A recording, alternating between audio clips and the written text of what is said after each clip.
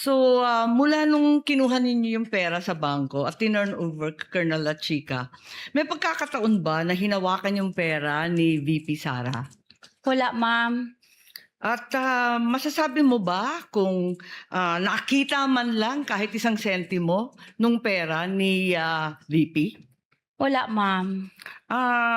Pwede mo bang sabihin o alam kung kinuha, inangkin, inagaw ni VP kahit isang sentimo nitong confidential funds na to? Hindi ko nakita, ma'am.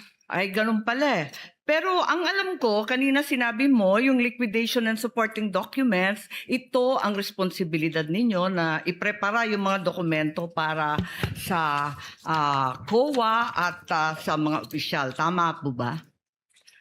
Yung mga documents, di ba yun ang trabaho mo bilang SDO? Kasali po yun, ma'am. Nung naghahanda ka nitong mga papeles na to, katabi mo ba si VP?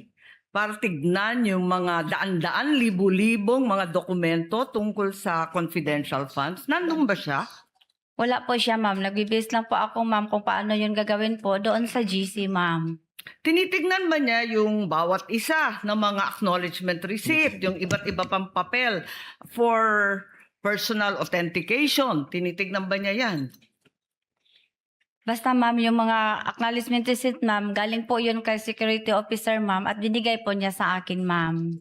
At siya bang nagbigay sa iyo? Inabot ba niya yung mga resibong yan na tinatanong ngayon ng prosecution? Inabot po sa akin, ma'am, na naka-envelope po ng brown envelope ni security officer, ma'am, na si Colonel La Chica, ma'am. Si Colonel La Chica at hindi si VP Sara ang nagbigay sa inyo ng mga papeles.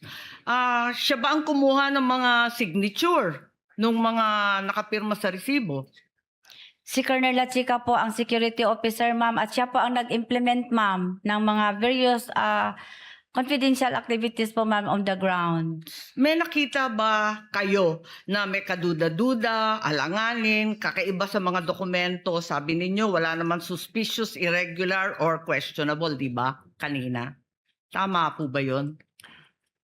Doon sa mga dokumento, wala ka naman nakita na findings na may suspicious, irregular, or questionable, di ba? May ano po lang yun, ma'am, yung mga walang name, walang pirma, walang date. At biniverify ko po yun kay security officer po, ma'am, na si Colonel La Chica. So binuno ninyo to at tinama. Yung ba? At masasabi ba ninyo na alam ni VP Sara na may depekto? Alam ba niya na may kakulangan, may pagkamali sa mga supporting documents o hindi? Wala akong alam, ma'am. Last question na lang po, kumusta yung asawa ninyo na binisita ninyo? Alam ko, undergoing treatment sa Davao. Hindi po maganda, ma'am. I'm sorry. I'm sorry also, pinagdadasal Pakaila ko, namin ma'am. siya.